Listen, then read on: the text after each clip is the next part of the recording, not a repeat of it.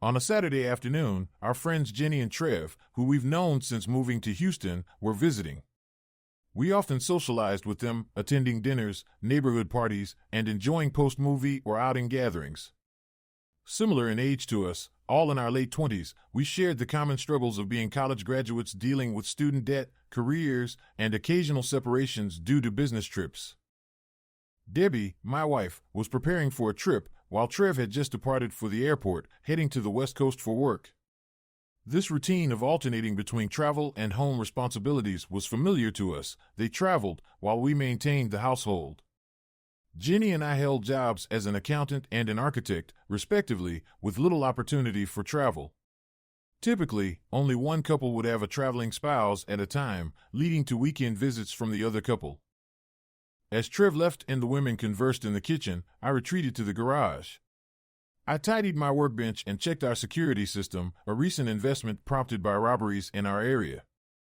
With microphones and cameras in every room, connected to a server in the attic and linked to cloud storage, I ensured everything was operational, habitually confirming its functionality. Meanwhile, in the kitchen, Jenny voiced her concerns about infidelity during business trips, prompting a pregnant pause from Debbie before she reassured her friend that Trev's return home was what mattered most.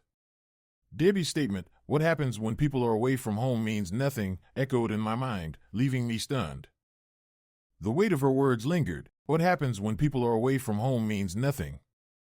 As I processed her assertion, a question gnawed at me. Did Debbie truly mean what she said? "Debbie, what's on your mind?" Jenny inquired, sensing a shift in Debbie's demeanor. Debbie grew quieter and more reserved, choosing her words carefully. "It's nothing, Jen," she responded cautiously. "I just think you're worrying over nothing. Trev loves you deeply. His trips are purely business, there's nothing more to it." Despite Debbie's attempt to reassure Jenny, I could sense Jenny's lingering unease. However, she gracefully allowed Debbie to change the subject. I left them to their conversation for a while, opting to pour myself a cup of coffee as I processed what I had overheard. After some more casual conversation, Jenny left for home, and my wife and I settled in for the night. Although I maintained politeness toward Debbie, her words had left me unsettled. Her casual admission had shaken me to the core, sparking a whirlwind of thoughts and emotions. As Debbie went upstairs to shower, a myriad of questions flooded my mind. Was she unfaithful during her travels? How long had it been going on?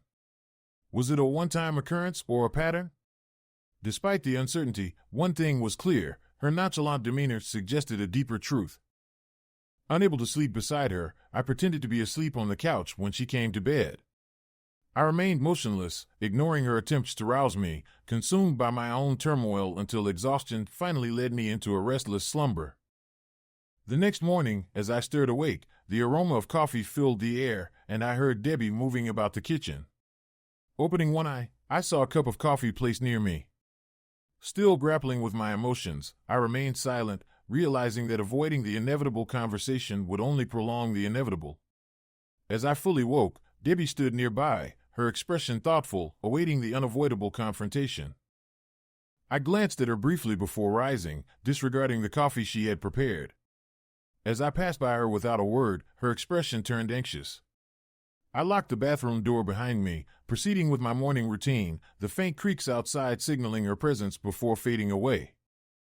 Throughout the morning, an uneasy silence enveloped us. I welcomed it, not yet ready to engage in conversation.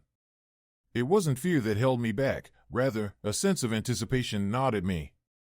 I needed certainty before confronting her, a trait ingrained in my nature. I always played with a full deck. Retreating to our makeshift study area, hidden from her view, I fired up my laptop, delving into a meticulous search for private investigators in the cities she frequented. With each keystroke, my resolve solidified.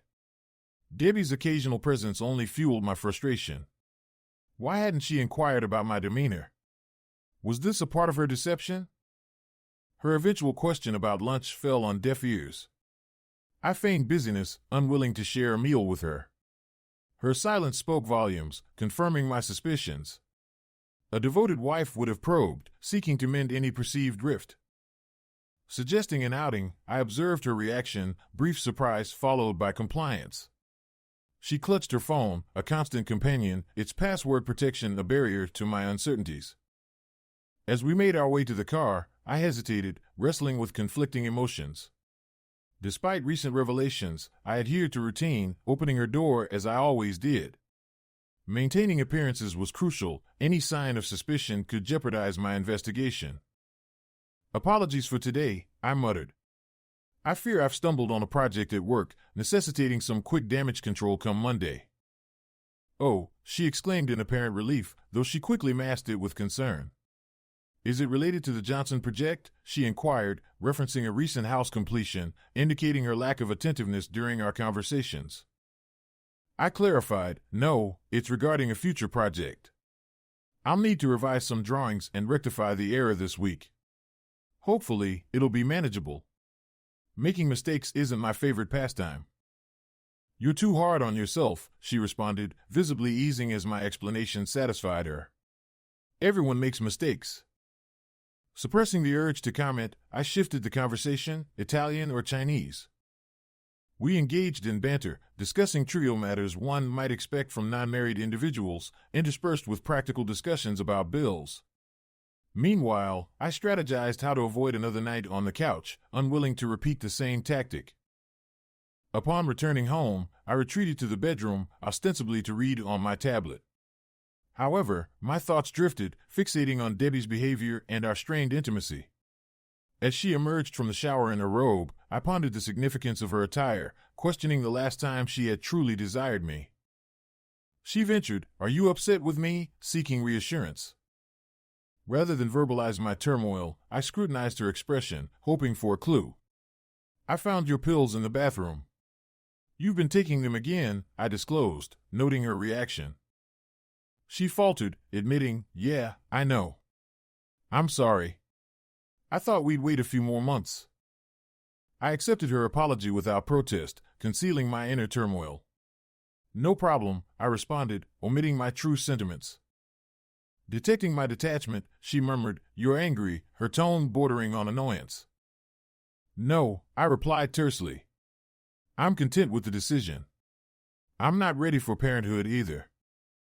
Silence ensued, broken only by her eventual withdrawal and the sound of her stifled tears. Unable to bear the tension, I excused myself, seeking solace on the couch. The following morning, I rose early for my run, finding Debbie already dressed for work.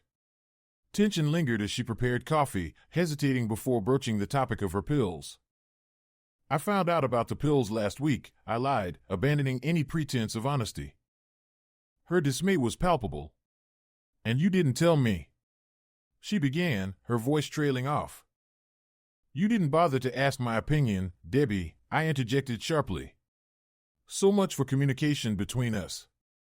She faltered, attempting to respond, but I brushed past her, donning my running gear, prioritizing the escape of my morning run over further discussion. I craved the solitude of my morning run, seeking refuge from the turmoil swirling in my mind. Running had always been my sanctuary, a way to regain focus and composure amidst life's uncertainties. From my days in junior varsity track through my time in the Army and college, running had been a constant companion, soothing my insecurities and sharpening my focus. Now, as a married man facing the prospect of divorce, I relied on it more than ever. That evening, she prepared dinner upon returning home. Despite my inner turmoil, I sat with her, forcing myself to eat out of politeness. Her tentative request to discuss the issue of children upon her return from her trip barely registered. My mind was consumed by her unsettling words to Jenny. The next morning, she awaited my awakening, dressed for travel with her bags by the door. Her concern for my well-being felt hollow against the backdrop of her impending departure. As she professed her love, I responded mechanically, masking the pain that gnawed at me.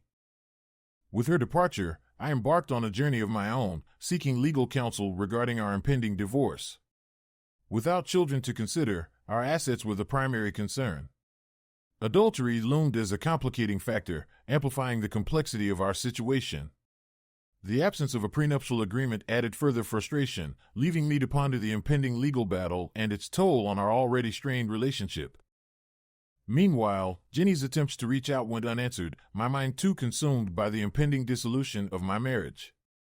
Her unexpected appearance at my workplace prompted a candid conversation over dinner, where I shared my wife's troubling remark.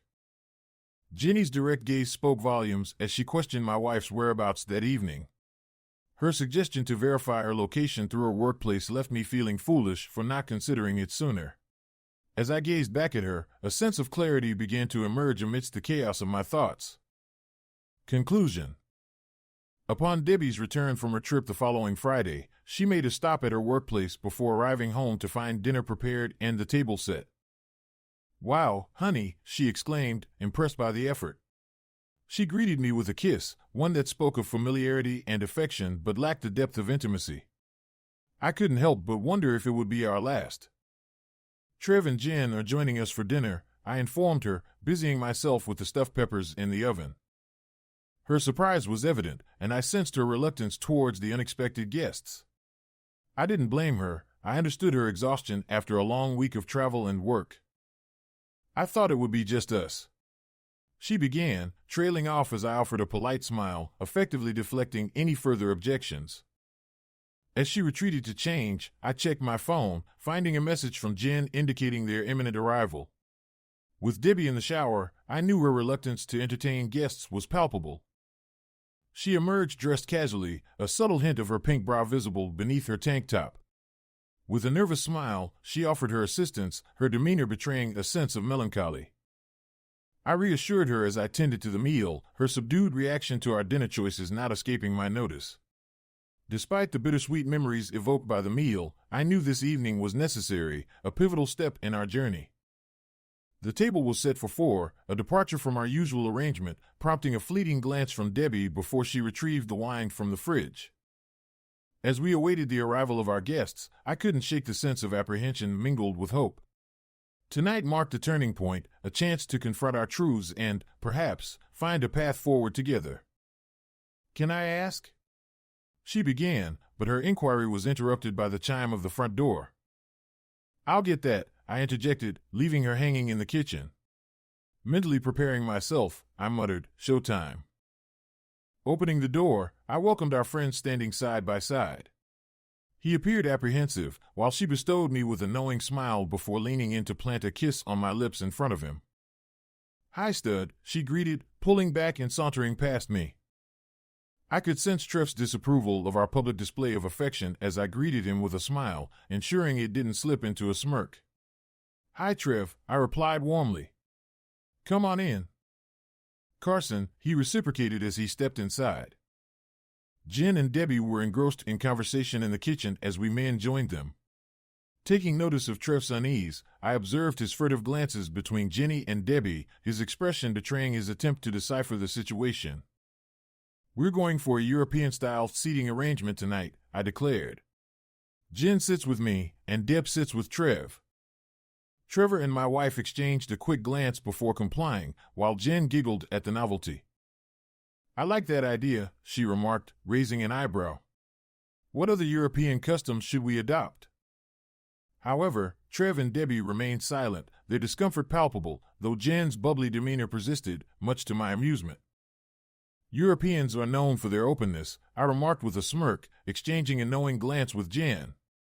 "They're quite liberal with their relationships." "Interesting," Jen mused. "What do you think, Trev?" His response was terse, his discomfort evident. "I wouldn't be a fan," he replied stiffly. A fleeting flinch from my wife went unnoticed by most, but I couldn't ignore it. Jen's reassuring touch on my hip grounded me, a silent gesture of support. As we delved into our meal, Jen complimented the dish, prompting polite agreements from Debbie and Trev, though their anxiety was unmistakable. "How was your trip, Trev?" I inquired, breaking the uneasy silence. Both he and my wife halted their eating simultaneously, a moment that bordered on comedic if not for the underlying tension. With each passing minute, the weight of reality pressed down harder. Jen's comforting touch offered solace amidst the discomfort, a reminder of her unwavering support. "Same old routine," Trev replied tersely. "Meeting clients and reps, city after city." "And you, Deb?" Jenny redirected the conversation. "Much of the same," she replied, her appetite waning as the discomfort grew palpable. Observing their dwindling interest in the meal, I refilled their glasses, sensing the need for liquid courage as the evening progressed. Once dinner concluded, or rather when both my wife and Trev lost their appetite, Jen and I took charge of clearing the plates. Despite Debbie's offer to assist, I insisted she and Trev relax in the living room for a while. "You two just got back from a trip, go sit in the living room, and we'll take care of this," I instructed. "Okay," Debbie acquiesced, though her apprehensive expression and forced smile betrayed her unease. Amidst the tension, Trev seemed to have something to say to his wife, but she excused herself and headed to the bathroom. I observed them, exchanging questioning looks before joining Jen to clear the table. "So, you guys aren't up for an open European-style marriage?" I quipped with a smirk, Jen joining in with laughter. Debbie and Trev nervously chuckled along, playing along as if it were a joke. "Too bad," Jen teased, ribbing me. "They're such prudes." "Let's watch something I stumbled upon this week. I think you guys will enjoy it," I suggested, diverting the conversation. "Is it a chick flick?" Jen joked, feigning enthusiasm. "It appeals to both male and female aspects," I replied, navigating to a saved file on the linked PC hard drive. As the opening scene unfolded, showcasing city streets bathed in sunshine and a scenic coastline, the camera panned to reveal a naval base before focusing on a cab stopping at a hotel. Trev seemed slow to catch on, but Debbie recognized the hotel just before the video showed them exiting the cab, hand in hand, and entering the hotel. Shock registered on their faces as they watched themselves on screen. "Carson, you can stop," Trev began, but Jen silenced him with a stern command. "Shut up and watch," she interjected with a cold tone. "Both of you." Glancing at my wife, I saw panic and shame etched on her face as she tried to avert her gaze from the screen. The scene transitioned to inside a hotel room, featuring Debbie and Trev in the spotlight, both naked, with her on her knees performing oral sex. Despite my wife's tears, I couldn't resist a cutting remark. "I would have thought you'd have gone to the trouble of cheating with a bigger dick," I quipped. "Fuck you, Carson," Trev retorted, but his words were cut short as Jen slapped him and leveled a stern glare. And finally, I narrated, adopting the tone of a nature show presenter, the cheating female lays on the bed spread-eagled, waiting for the cheating male to enter her with his average penis. The scene shifted to Trev between my wife's legs, thrusting away. I increased the volume. "Yeah, fuck me, just like that." My wife's voice echoed from the speakers. Trev's grunts accompanied his efforts as he worked up to climaxing inside her. The video fast-forwarded to show them rejuvenated, my wife bringing him to attention with oral sex before positioning herself for another round. It accelerated again until he climaxed and left for the bathroom. "That was good," TV Trev remarked. "Does he give it to you this good?" "Sometimes," my TV wife replied, her tone shifting.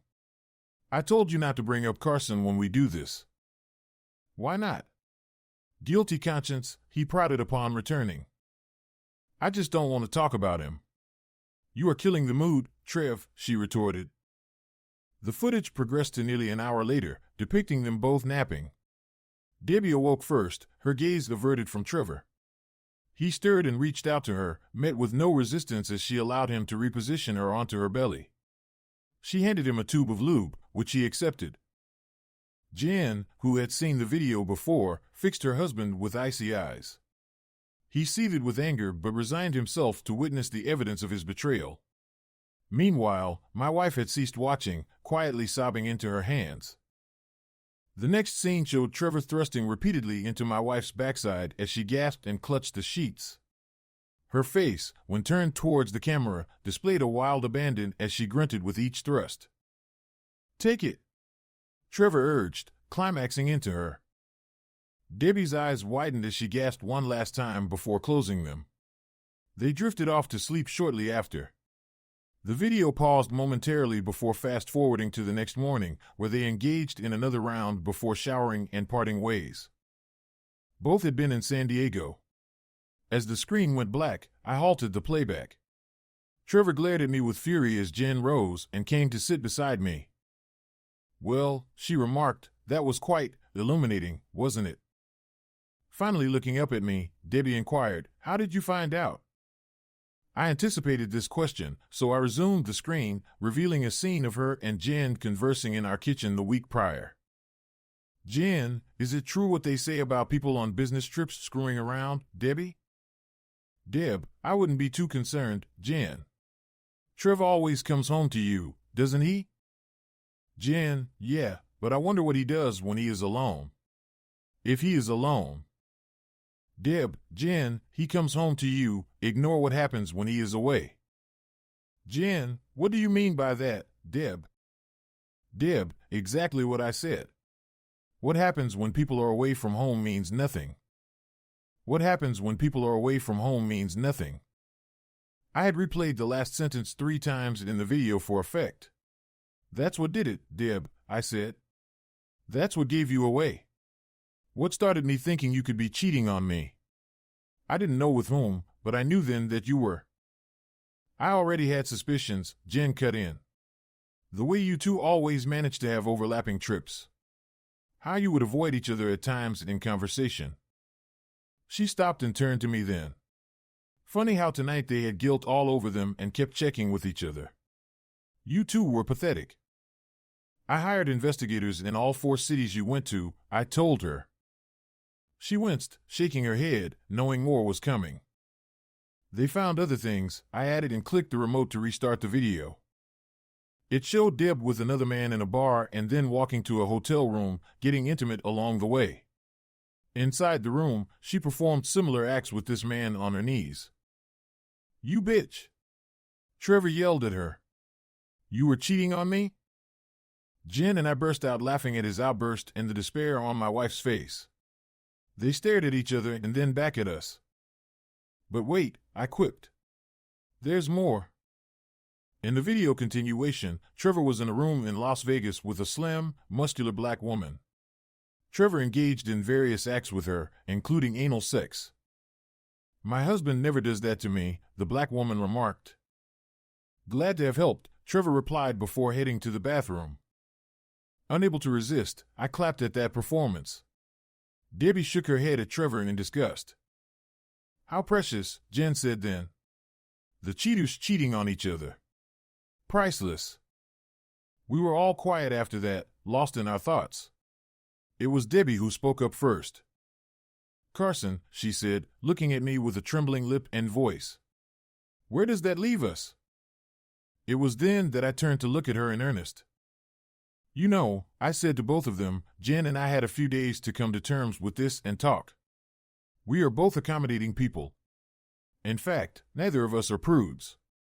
Had one or both of you brought up a swapping, we would have gone along with it. To be honest, I had been thinking about asking you, Deb. But you chose another path, didn't you? You could have asked me openly and honestly so we could make that decision and walk down that path together. Instead, you chose the selfish way of doing as you pleased and keeping me in the dark. You chose to lie and betray me, us. You betrayed us, Debbie. How do I forgive that? How do I get past you choosing to go behind my back and think you had the right to do as you pleased when you traveled? How long before you started doing that here?" "I bet they have already," Jen said. "They told me at his job that your darling wife has picked him up for extended lunch a few times." Debbie looked away, and so did Trevor. "So what do you want?" Trevor finally asked. "Well," Jen said, "it looks like we have the goods on you too.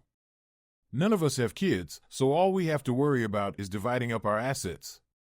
And since adultery can be used in court in Texas, you two are fucked.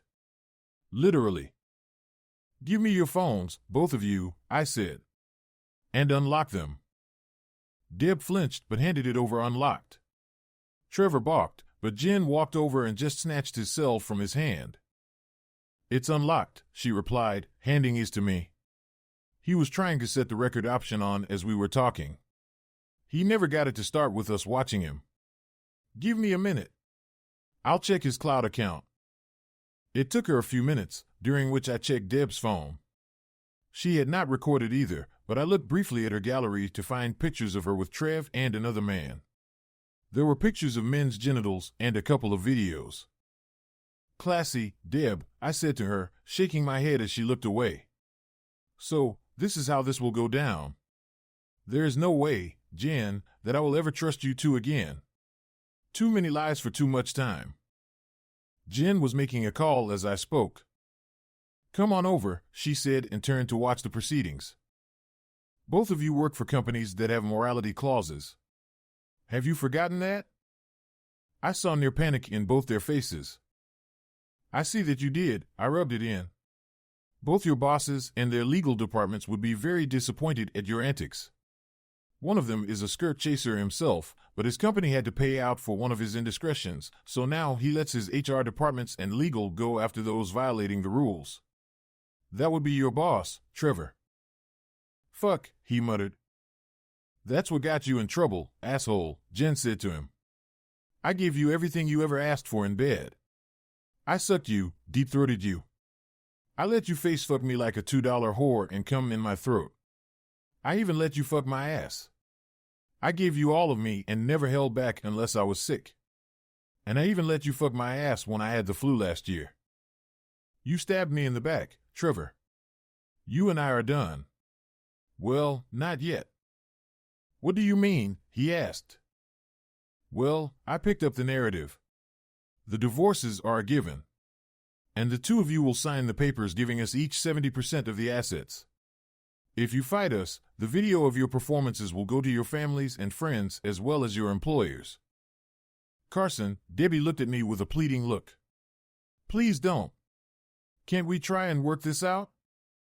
Seriously, Deb? I scoffed. Had you seen a video of me screwing Jen behind your back, you would try and work it out? Please give me a chance. I did, Deb, I shot back at her.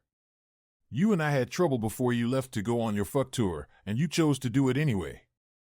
You chose to start up on the pill without talking to me. And don't give me that it's my body crap. We are married. We chose to live a life together and make decisions together. You betrayed me and my trust before you first screwed him and whoever else. You lost respect for me, so this was easy for you. I just want to know one thing. Why? She looked away, then up at me again. I never had much experience with other men before you. One guy that came in under a minute, Carson. That was my experience before you. I wanted to try others and know what it was like. I stared at her in disbelief. You should have thought of that before you married me, I replied. That's when people go trying out other people. Not after they are married. Marriage is not just a commitment, it's a contract between two people. It means that it's the two of them against the world. And that the marriage is exclusive until and if the two parties agree to it. You know, the forsaking all others part? She went to say something, stopped, and then spoke up. Carson, I meant to go out and have fun before marriage. But you came along, and I didn't want to take the chance of losing you. Everything was so good between us for the first few years, but this last year it all came back to me. I started to wonder what other men would be like. Not to love. I had you for that. Just the sex. That's all I wanted.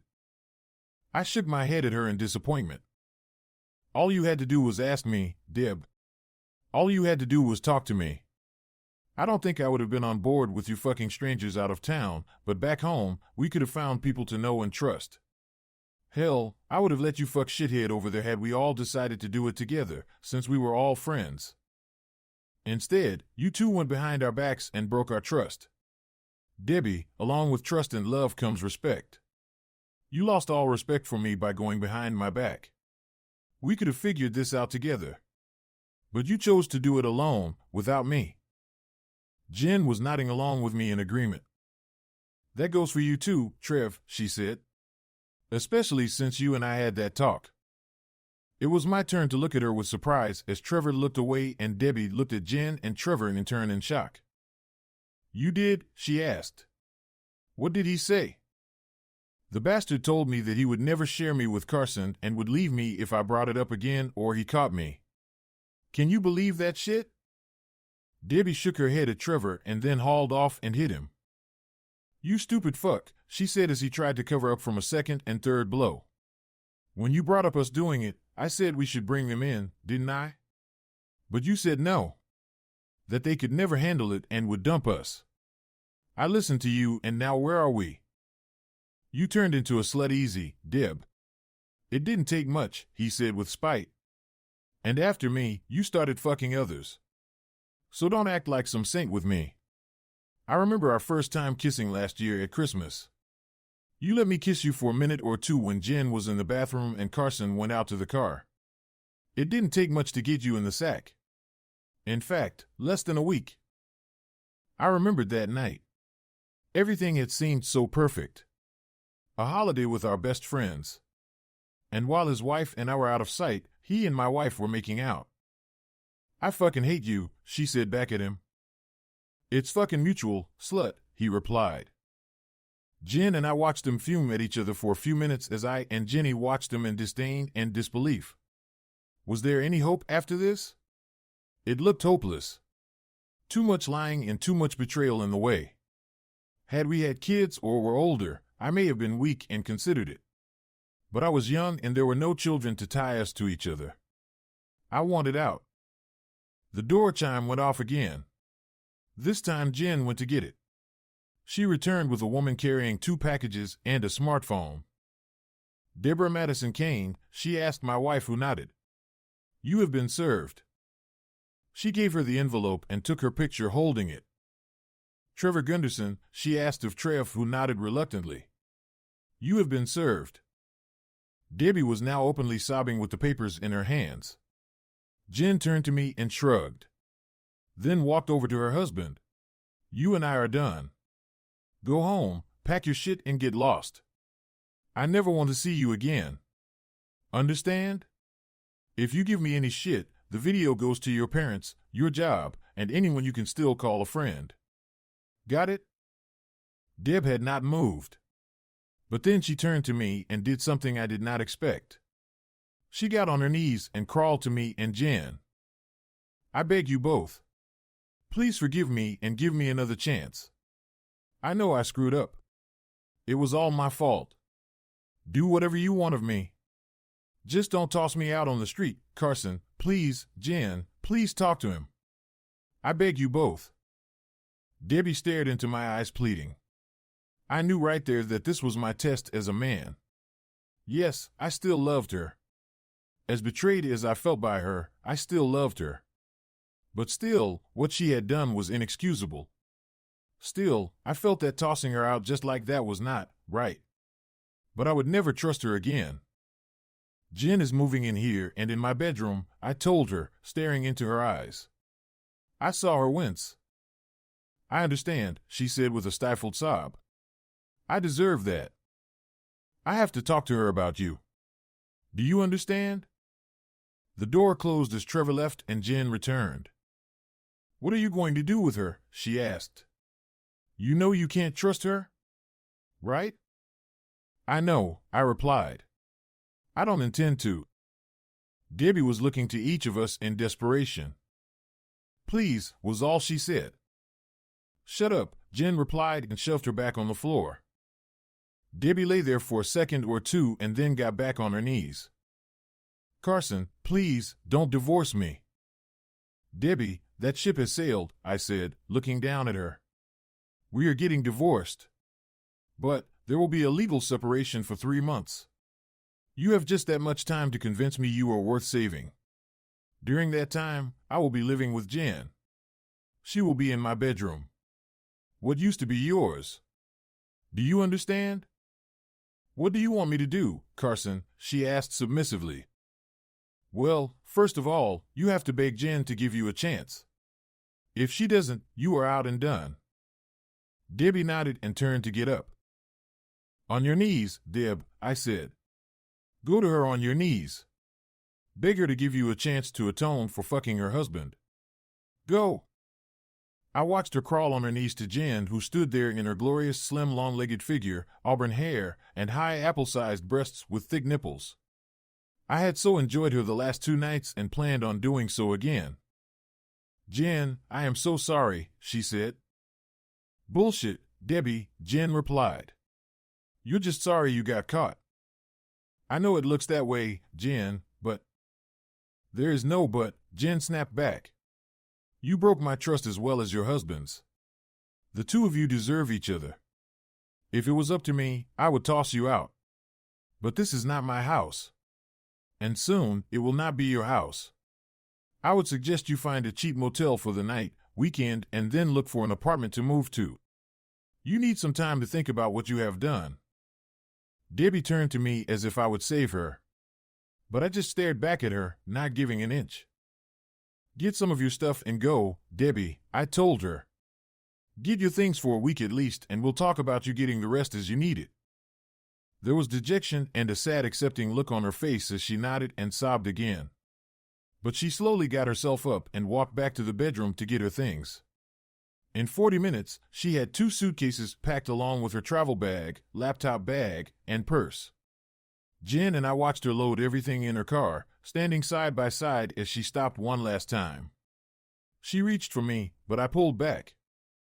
She whimpered once again and drove off crying. That went better than we thought it would, Jen said as she leaned in toward me. They brought it on themselves, I added as we watched my soon-to-be ex-wife's car drive off in the distance.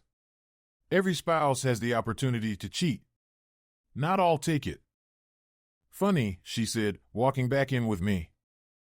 What's funny? I asked Jen as she took her clothes off. Some people think they are in an open marriage, but they forget to tell their spouse. As she took my pants and boxers down, I felt her hand grasp my cock and her lips latch onto the underside of my head. The head of my cock that until last week had been Debbie's. 5 minutes later, Jen was on the edge of the couch facing me with legs spread, taking my dick in her wet, tight cunt. Deeper, deeper. She sighed as she wrapped her legs around me. Do you want an open relationship? She asked as I drew back. Too much like dating others, I replied. Do you need that? I just need an occasional different fuck, Carson. It's been a while since I sampled some variety. I may need an occasional different pussy then, I replied. Deal, she said, gasping. Now fuck me. 3 months later, the divorce went through. Both Jen and I received the 70% we asked for. Jen sold her house, and I took a loan out to pay Debbie the 30% of the house that was hers. In one afternoon in court, everything financial and legal was resolved. But not Debbie's pain and guilt. She lost everything but her job. Her parents eventually found out as she told them to prepare them in case I sent them the video and pictures out of spite. I never did. Trevor just disappeared after his divorce with Jen was final. She had enough money to buy him out, but the last thing he told her was he would be in touch. It's been 2 years, and we've heard nothing of him. Debbie still has her job and travels. What she does I no longer care about. Jen and I were at a coffee shop the other day, and she passed by, busy looking at her phone. Jen and I are living together, but both are gun-shy about a deep commitment. It's been a year since the day of my divorce, and my memories of my time with Debbie are fading. Jen and I are talking about a trip around the world. Or at least we were. That damned virus out of Wuhan, China, ruined our plans to see faraway places. So we are both on furlough from work and doing nothing but running, taking walks, and screwing like bunnies. She has grown on me. But I am still apprehensive. As is she. Who wouldn't be after what we've been through? The other day, I received an email from Debbie. Hi Carson, I hope you are well. I am trying to get by with my new life, but to be honest, it's challenging. I miss our time together. I miss you, and I miss us. I've had so much time to think about what I did to you, me, and us. I ruined it all thinking that I deserved to have whatever I wanted, no matter what it was. In my quest for sexual experimentation, indulgence, and fulfillment, I hurt the man I loved and lost my marriage. Not to mention helped ruin Jenny and Trevor's marriage. It would be so easy to blame him for what happened, but we all know that is not true. Everything I did willingly. No one forced me. I owe you an apology, Carson. Not just for ruining our marriage and life together, but for, as you said, losing respect for you. But before I did that, I lost respect for myself. I fell for the notion that I deserved to have fun and to experience what I had missed out on. Well, here's an experience I got under my belt that I never counted on: divorce. Nothing about it. Nothing at all is appealing or satisfying. It has torn me apart. I hear that you and Jen are still together. I wish you both happiness. But to say I am not jealous of you two would be a lie. Take care of yourself and Jen. Regrettably, your ex-wife, Love, Debbie. P.S. 2 things. Isolation alone sucks. What happens when people are away from home means a lot.